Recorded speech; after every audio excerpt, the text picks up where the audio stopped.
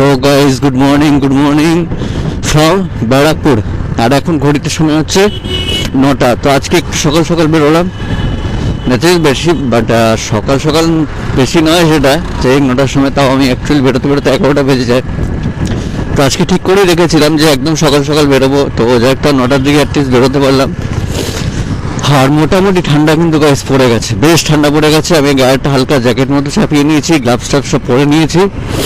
তো এখন আর ঠান্ডাও লেগে গেছে, মানে আমার কথা বলছি তোমরা তো বুঝতে পারছো। তো যাই হোক, এখন অন করে নিলাম, র্যাপিডো উবেরটা অন করে নিয়েছি আপাতত, দেখি কি রাইড আসে। আর মোটামুটি ওই 1000-1200 টাকা মতো একটা টার্গেট নিয়ে বেরোলাম, দেখি কতটা কি করতে পারি আর সেটা করতে কতক্ষণ সময় লাগে, সেটা সবচেয়ে বড় কথা। আর কি, তো এখন যাবো, গিয়ে সামনে ওই জায়গাটায় দাঁড়াই, তারপর দেখি নতুন কোনো রাইড আসুক, আসলে পরে তারপর আবার আসছি তোমাদের সাথে। এই এখন আসি হচ্ছে এই ব্যারাকপুরের চিড়িয়া মোড়ে, ঠিক আছে। আর এই বেটা শহর এখান দিয়ে মাঝখানটা দাঁড়িয়ে গেল। দাবি কি ভাই, গোটার দাবিটা কি? তো এবার বিষয়টা হলো, ব্যারাকপুরে এতক্ষণ তো দাঁড়িয়েছিলাম, কোনো বুকিংই আসছে না। এখন বাজে 10টা, প্রায় ভাবতে পারছি সেই 9টায় বেরিয়েছি, মানে 1 ঘন্টা ধরে ওখানে বসে আছে, কিচ্ছু আসছে না। তো ওই জন্য ভাবলাম যে একটু এগোতে থাকি, অন্তত দেখি টিটাগড়, খড়দা, সোদপুরের দিকে যেতে থাকি, নাহলে এখানে বেকার সময় নষ্ট হচ্ছে। তো এই অবস্থা, জানি না মার্কেট এত কেন খারাপ। তো গাইজ আছি হচ্ছে এখন খড়দাতে, ঠিক আছে। তো ব্যারাকপুর থেকে সোদপুরের দিকে আসছিলাম ধীরে ধীরে। তো আস্তে আস্তে এখন হঠাৎ করে একটা বুকিং আসলো উবের থেকে, আর লিটারেলি র্যাপিডোতে কোনো বুকিং নেই, কিছু নেই। তো উবের থেকে একটা আসলো, এটা হচ্ছে যাবে নিউ টাউন, আর কাস্টমারটা আছে হচ্ছে সামনেই 500 মিটারে। তো 107, এ বাবা দেখো ক্যান্সেল করে দিল, বলতে বলতে ক্যান্সেল করে দিল। কি বলবো, এগুলো আরও না মাথাটা গরম করে দেয়। তাও একটা জায়গায় দাঁড়িয়েছিলাম ভাই, তো মাথাটা না গরম হয়ে যায় এগুলোর জন্য। স্টার মল আছে কোথায়? 3.5 না, স্টার মল এসছে 3.5 কিলোমিটার, 4 কিলোমিটার দূরে কাস্টমার আছে। আবার 13 কিলোমিটার না কত যাবে, 109 টাকা ফালতু। দাঁড়াই এখানটায়, আবার দেখি। মাঝে মাঝে এমন হয় না, বিরক্তিকর লাগে। তো গাইস দাঁড়িয়েছিলাম এখানটায়, অর্ডারটা ক্যান্সেল হওয়ার পরে। তারপরে এখান থেকে আবার আরেকটা উবেরে অর্ডার আসলো। এই কাস্টমারটা সামনেই আছে 650 মিটারে, বাট উল্টো দিকে আছে। তো যাই হোক, নিয়ে নিলাম অর্ডারটা, ঠিক আছে। এইবারে এই কাস্টমারটা যাবে হচ্ছে পাইকপাড়া, ওই মোটামুটি 10 কিলোমিটার। উবেরে একটু সার্চ দিচ্ছে, তো 10 কিলোমিটারও 127 টাকা দিচ্ছে। তো যাই হোক নিয়ে নিলাম। এখন ব্যাপারটা হচ্ছে এটা আবার ক্যান্সেল না করে, এই সকাল থেকে এক তো অর্ডার নেই, তারপরে ক্যান্সেল, মানে বিরক্তি লাগছে। তো দেখি, যাই হোক এখান থেকে দেখি ইউটার্নটা নিয়ে কাস্টমারটাকে ফটাফট পিক করি আগে। অন্তত পাইকপাড়ার দিকে যেতে পারলে কি হবে, ওই দিক থেকে বুকিংটা পাবো। তো গাইজ আজকের দিনের 2 নম্বর রাইড কমপ্লিট। এই রাইডটা ছিল ওই তোমাদের ওই দমদম থেকে আসলাম হচ্ছে বাগুইআটি, আর এখন বাগুইআটি থেকে আরেকটা বুকিং পেয়ে গেছি, মোটামুটি বড় লম্বা বুকিং। কাস্টমারটা আছে সামনেই মোটামুটি 1.5 কিলোমিটারে, আর কাস্টমারটা যাবে হচ্ছে ব্যারাকপুর ক্যান্টনমেন্ট, মানে আমার বাড়ির সামনে। তো যাই হোক নিয়ে নিলাম। তো গাইজ এখন আছি হচ্ছে ভিআইপিতে, আর যেই দাদাকে বললাম যে ব্যারাকপুরে নিয়ে যাবো, তো বেসিক্যালি উনি হচ্ছে বাইরে থেকে এসছে, ঠিক আছে, দিল্লি থেকে এসছে।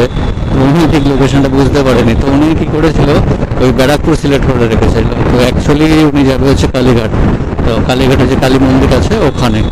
তো যাই হোক, তারপরে আমি কথা বলে তারপর দাদাকে ওই ড্রপ লোকেশনটা চেঞ্জ করলাম ব্যারাকপুর থেকে, তো করে কালীঘাট করে দিলাম। তো এখন আপাতত যাচ্ছি হচ্ছে ওই কালীঘাটের দিকে। তো মোটামুটি 20-21 কিলোমিটার রাস্তা আছে। তো যাই, চলো ফটাফট দাদাকে ওনাকে ড্রপটা করে দিয়ে তারপরে আবার দেখি ওখান থেকে কি পাওয়া যায়। তো গাইজ এই কালীঘাটের ড্রপটা কমপ্লিট, আর কমপ্লিট করেই এখান থেকে আবার সাথে সাথে একটা বুকিং পেয়ে গেলাম। এটা হচ্ছে যাবে তোমাদের ওই সেক্টর 5, ঠিক আছে। তো ব্যাপারটা হচ্ছে দেখো, এই কাজে একটা জিনিস বলবো, র্যাপিডোতে পেশেন্সটা খুব দরকার, মানে ধৈর্যটা খুব দরকার, যেটা আমারও মাঝে মাঝে থাকে না। কারণ সকালের দিকে দেখো দাঁড়িয়েছিলাম ব্যারাকপুরে, বুকিং নেই, ভাবলাম হয়তো সারাদিন কাজ হবে না। তো তারপরে হঠাৎ করেই মোটামুটি কিন্তু ভালো মোটামুটি বুকিং পেয়েও গেলাম, লংয়েও পেলাম। যেমন এটা আসলাম তোমাদের সেই কৈখালি থেকে, তোমরা দেখলে কালীঘাট। তো এইটা হয়েছিল দাদা 245 টাকা, তো উনি 275 টাকা দিয়ে দিল। তো এখন অবধি মোটামুটি 520 টাকা মতো ইনকাম হয়ে গেছে। বাজে হচ্ছে ঘড়িতে 1টা। তো এখন আবার সেক্টর 5টা পেয়ে গেলাম, এইটা চলে যাই। তো এই দিকেই তো ভুল আসলাম না তো, আবার এইটা উল্টে চলে আসলাম তো মনে হচ্ছে, নাকি ঠিকই আছে? দেখি ডান দিকে গেল হবে আশা করি। আচ্ছা, বাঁ দিকে দেখাচ্ছে, ওকে। তো এই হচ্ছে ব্যাপার। তো এখন সেক্টর 5 এইটা মোটামুটি আবার 12-14 কিলোমিটার আছে।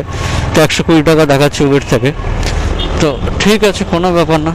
তো ওটাই হচ্ছে ব্যাপার যে এই কাজে ধৈর্যটা খুব দরকার গাইস। অধৈর্য হয়ে গেলে হবে না।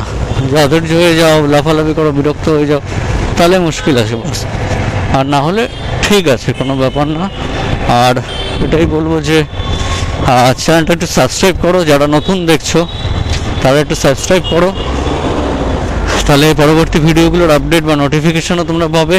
আর নোটিফিকেশন বেল আইকনটাকে অবশ্যই অল করে দিও সিলেক্ট করে, তাহলে নতুন যে ভিডিওগুলো আসবে সেগুলো তোমরা নোটিফিকেশান পেয়ে যাবে। আর ভালো লাগলে লাইক করো, এটাই বলবো, কমেন্টস করো, জানিও। আর এখন কালীঘাটেই আছি, এই কাস্টমারটা বেশি দূরে নেই, 650 মিটারে আছে, নিয়ে সোজা সেক্টর 5 যাব। এই মা ফ্লাইওভার হয়ে আসলাম, এখন মা ফ্লাইওভার হয়েই বেরিয়ে যাব। কিন্তু এখান থেকে কি রাইট টাইম নেওয়া যাবে না? বাবা, সমস্যা হয়ে গেল। না, নেওয়া যাবে। এই তো লোকজন যখন ঘুরেছে তখন আমিও দাঁড়িয়ে যাব, বুঝতে তো পারছি না। চলো, এই গাড়িগুলো যখন যাচ্ছে তখন আমিও ঢুকে যাই।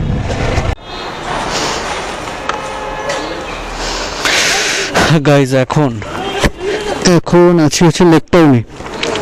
তো এই সেক্টর 5 যে এসেছিলাম অর্ডারটা নিয়ে তোমাদের ওই কালীঘাট থেকে, তো ওই অর্ডারটা কমপ্লিট করার পরে ওখানে লাঞ্চ টাঞ্চ করে নিয়েছিলাম। তারপরে ওখান থেকে আরেকটা বুকিং নিয়ে এসেছিলাম তোমাদের লেক টাউন, ঠিক আছে। তো এখন লেক টাউন অনেকক্ষণ দাঁড়িয়েছিলাম। তো তারপরে আসলো একটা বুকিং, আর এটা কাস্টমারটা কাছেই আছে, র্যাপিডো থেকে এসছে, ঠিক আছে। 850 মিটার যাবে হচ্ছে ওই নিমতার দিকে। তো ওই জন্য এটাকে নিয়ে নিলাম। তো চলো, কত টাকা দেখাচ্ছে সেটা ঠিক খেয়াল করলাম না। ওই 8-9 কিলোমিটার আছে এখান থেকে নিমতা, 80-90 টাকা মতো কিছু একটা হবে, ঠিক আছে। তো যাই হোক, চলো আপাতত নিয়ে নিলাম। এখন বেরোই। কোন দিকে, এদিকে না এদিকে? বাদিকেই তো মনে হচ্ছে, হ্যাঁ বাদিক দিয়ে যেতে হবে। আচ্ছা, আমার মনে হচ্ছে যশোর রোডের দিকে আছে কাস্টমারটা। তো ঠিক আছে, চলো যাই, পিক আপটা করি। তো গাইজ এখন আছি হচ্ছে বিরাটি বলবো না, নিমতা, মানে এই সামনে যে ক্রসিংটা দেখছো তোমরা, এটা হচ্ছে কল্যাণী এক্সপ্রেসওয়ের ক্রসিংটা এখানে বিরাটির। তো এখানে এসেছিলাম। তো এখন অনেকক্ষণ বাদে আমি বেসিক্যালি ক্যামেরাটা অন করলাম। এখন দেখতে পাচ্ছ তোমরা প্রায় বাইরে অন্ধকার হয়ে গেছে, আর ঘড়িতে টাইম হচ্ছে 6টা। তো সেই সকালে বেরিয়ে মোটামুটি কাজ করতে করতে দিন থেকে রাত হয়ে গেছে। আর এখন বসেছিলাম অনেকক্ষণ মানে বিরাটিতে তোমাদের। তো তারপরে বুকিং একদমই আসছিল না। তো তারপরে অনেকক্ষণ বাদে একটা বুকিং আসলো এখান থেকে। এই কাস্টমারটা আছে 600 মিটার দূরে, এই কল্যাণী হাইওয়ের উপরেই কোথাও একটা আছে। আর এই কাস্টমারটা যাবে হচ্ছে সেক্টর 5। আর আজকে হচ্ছে শুক্রবার। আর তোমরা জানো যে শুক্রবার দিন হাইওয়েতে কিন্তু, সরি এই দেখো পুলিশ চেকিং হচ্ছিল এখানে। তো তোমরা জানো কিন্তু যে শুক্রবার দিন সেক্টর 5-এ কিন্তু প্রচুর ভাড়া থাকে, এই টাইমটা প্রচুর বুকিং থাকে। তো ওই জন্য নিয়ে নিলাম, আর দেরি না করে যে ফটাফট এখান থেকে আগে সেক্টর 5-এ বেরোতে হবে, তারপরে যা হবে দেখা যাবে। তো চলো, মোটামুটি দেখলাম 150 টাকা মতো দিচ্ছে। আর ঢুকে গেছে কল্যাণী হাইওয়েতে, সোজা গেলে ব্যারাকপুর আমাদের বাড়ির দিকে। বাট যাবো না আমি, এখন যাবো সেক্টর 5, তারপর ওখান থেকে কিছু একটা নিয়ে দেন ফিরবো। তো চলো যাওয়া যাক, ফটাফট পিক আপটা কমপ্লিট করি, তারপরে আবার আসছি। ওটিপিটা বলেন। OTP pin.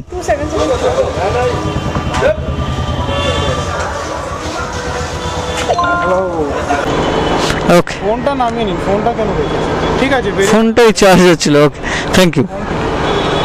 এসে যাবে, চলে যান। তো গাইজ এই হলো কলকাতা ইন্টারন্যাশনাল এয়ারপোর্ট। ঠিক আছে, তো বেসিক্যালি ব্যাপারটা হচ্ছে কি, এই সেক্টর 5-এ গেছিলাম, তো সেক্টর 5 থেকে একটা অফলাইনে অর্ডার পেয়েছিলাম। অফলাইনে মানে হচ্ছে তোমাদের বলছি, সেক্টর 5 এরকম দাঁড়িয়েছিলাম, তো এবার সেক্টর 5-এ অফিসগুলো আছে, তো আপনার তো একজন আসলো, এসে জিজ্ঞেস করছে যে দাদা আপনি কি র্যাপিডো? তো বললাম হ্যাঁ। তো বলছে যে এয়ারপোর্টে যাওয়ার ছিল, যাওয়া যাবে? তো আমি বললাম যে ঠিক আছে, অসুবিধা নেই, চলে আসেন। তো তারপরে এবারে উনি বলছে কত দিতে হবে। তো আমি দেখলাম দেখো 12 কিলোমিটার মতো সেক্টর 5 থেকে।